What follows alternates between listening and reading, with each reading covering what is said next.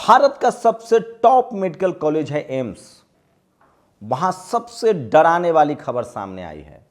SC ST के professors और student के साथ सरेआम भेदभाव होता है, वो भी नौकरी देने में और उसको पास करने में। जो छात्र रिटेन में शानदार नंबर लाते हैं, जो प्रोफेसर्स, जो डॉक्टर्स रिटेन में शानदार नंबर लाते हैं, उनको एम्स में जो ओरल होता है, जो वाइवा होता है, उसमें फेल कर दिया जाता है। गुजरात में एक बार फिर से एक रोहित वेमुला जैसा मामला सामने आया है। नाम है जयेश सरवाड़िया। ये राजकोट के रहने वाले थे। इन्होंने एक नोट छोड़ के सुसाइड कर लिया है कि नौकरी नहीं आ रही है, गरीबी है, लाचारी है, भुखमरी है, मैं सुसाइड कर रहा हूं। लेकिन सोचिए वो कौन लोग हैं जो दिन रात खबर चलाते हैं कि इस देश में अब जातिवाद जो है वो एससी एसटी के खिलाफ ओबीसी करता है। वो कौन सा जातिवाद है और कौन सा जातिवाद मनुवादी, जातिवादी, ब्राह्मणवादी करते हैं, उसका फर्क समझाऊंगा। आज संडे है, ये वीडियो जरूर देखिए, इस देश के लिए जरूरी है। नमस्कार, मैं शंभू कुमार सिंह और आप देख रहे हैं नेशनल दस्तक। इस देश में जब आप कॉलेज यूनिवर्सिटी में जाते हैं तो एक जातिवाद झेलना पड़ता है। आप ब्यूरोक्रेसी, जुडिशियरी, मीडिया में जाते हैं तो एक जातिवाद झेलना पड़ता है, और एक जातिवाद गांव में है।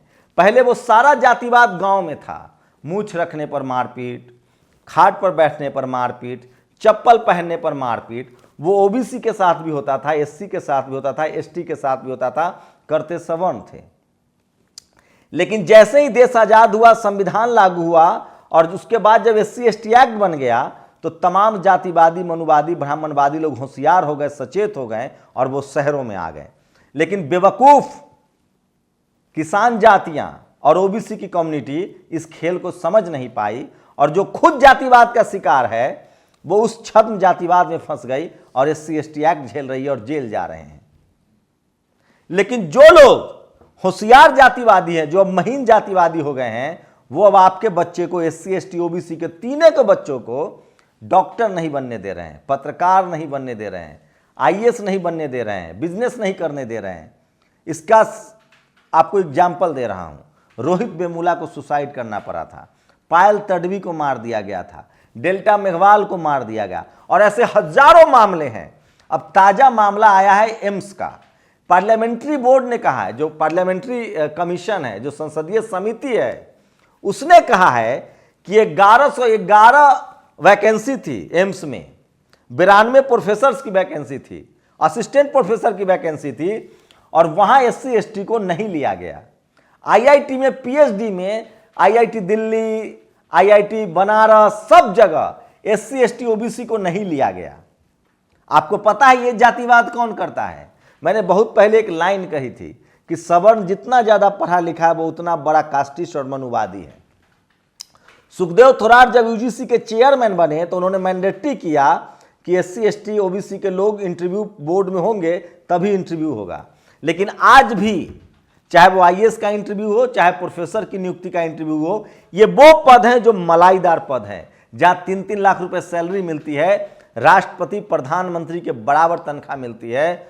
इन जगहों पर आपके बच्चों के साथ जो मनुवादी, जातिवादी, ब्राह्मणवादी हैं, वो जातिवाद करते हैं। और वहां ओबीसी और किसान जातियां भी नहीं बचता है।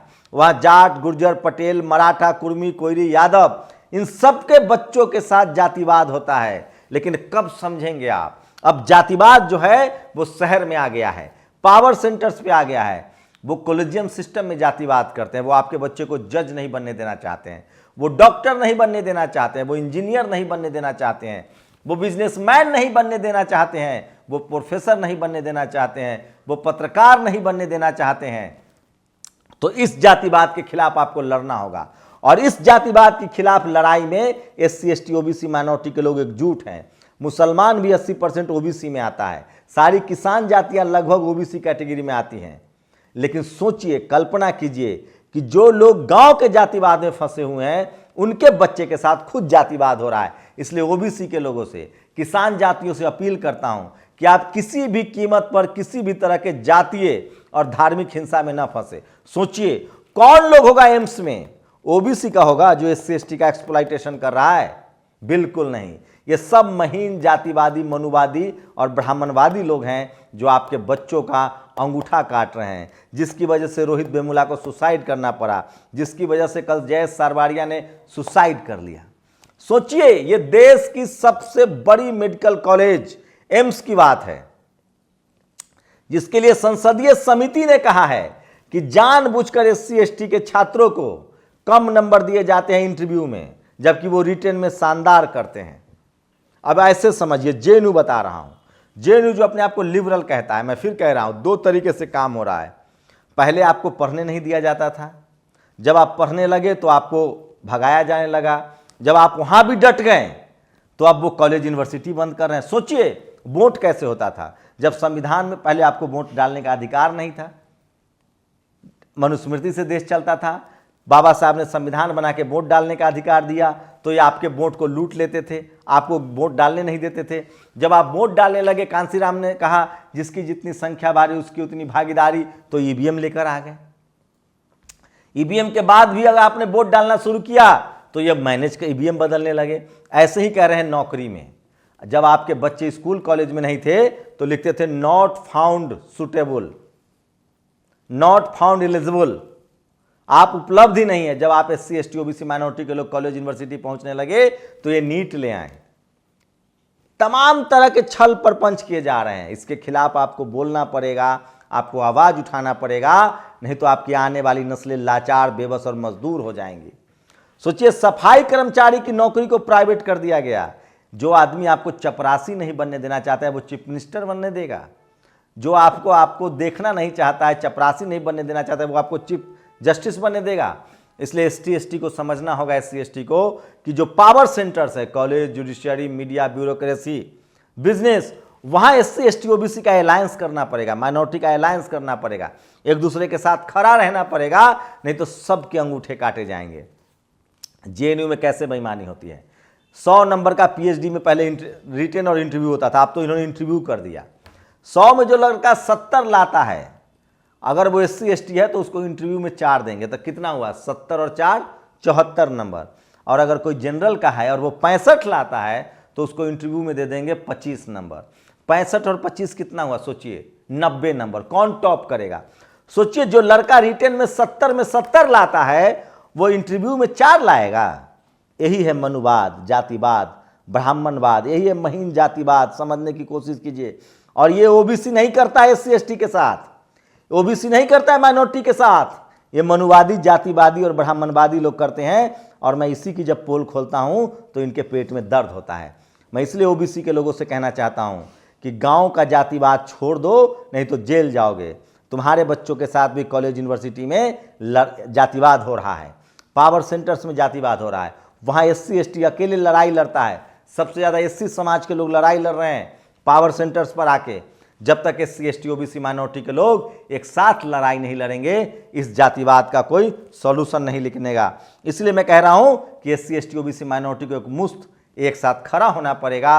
और जो पावर सेंटर्स का जातिवाद है, कॉलेज यूनिवर्सिटी का जातिवाद है, medical college, IIT, IIM, IIMC, जो मीडिया का जातिवाद है, जो जुडिशियरी का जातिवाद है, हाई कोर्ट, सुप्रीम कोर्ट का जातिवाद है, जो बिजनेस का जातिवाद है, जो ब्यूरोक्रेसी का जातिवाद है, आईएएस आईपीएस का जातिवाद है, इसके खिलाफ आपको लड़ना पड़ेगा, नहीं तो इस देश में आप 2 दर्जे के नागरिक बन जाएंगे।